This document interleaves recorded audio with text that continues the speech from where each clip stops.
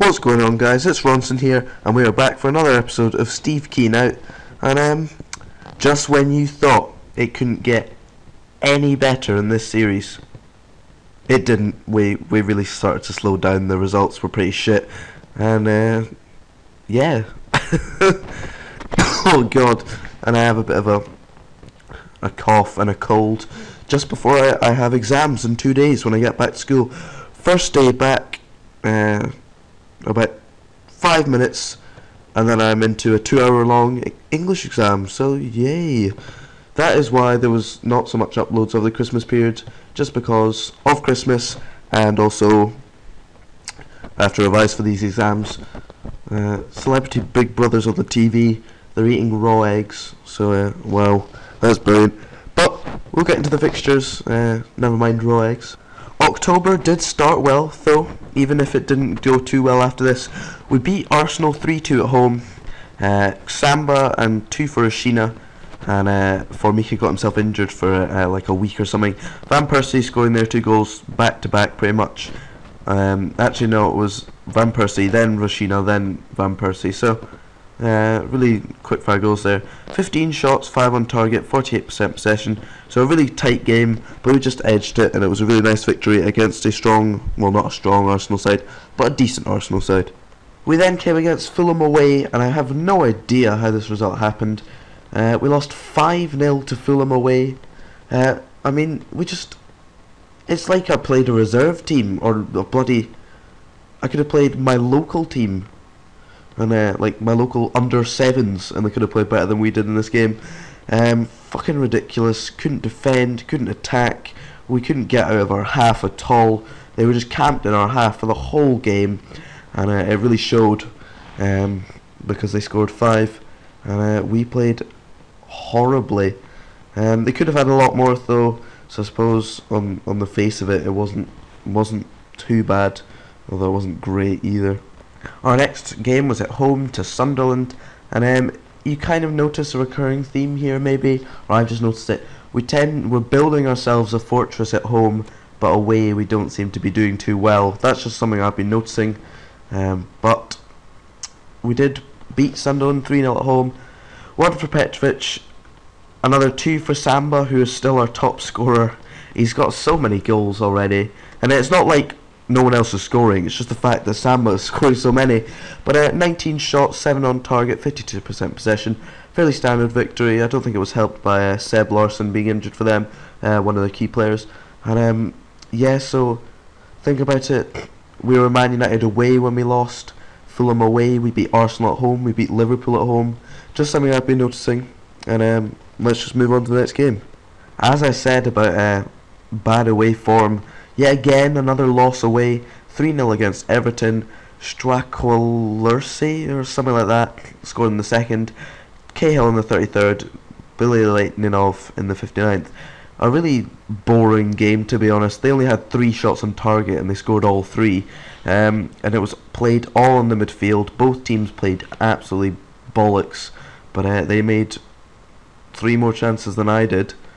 2 more chances than I did, and they took their 3, and we didn't even take our 1 chance. So, not really good, but we were bound to slow down, and hopefully we can just sort of bounce back and get some solid form. We then had a 0-0 draw with Blackburn, with Aston Villa. We won on penalties. Look how many penalties were taken actually. It was quite a good penalty shootout, but it was a fucking 23 shots, 2 on target. 23. They missed 21 shots. I mean, fair enough, I played a sort of B team because I wanted to rest the players for the league. But Yakubu, I think, had about 15, and he missed every single one, but hit the post with 1. Fucking ridiculous. But we won in the end, and there you go. That's our home form for you.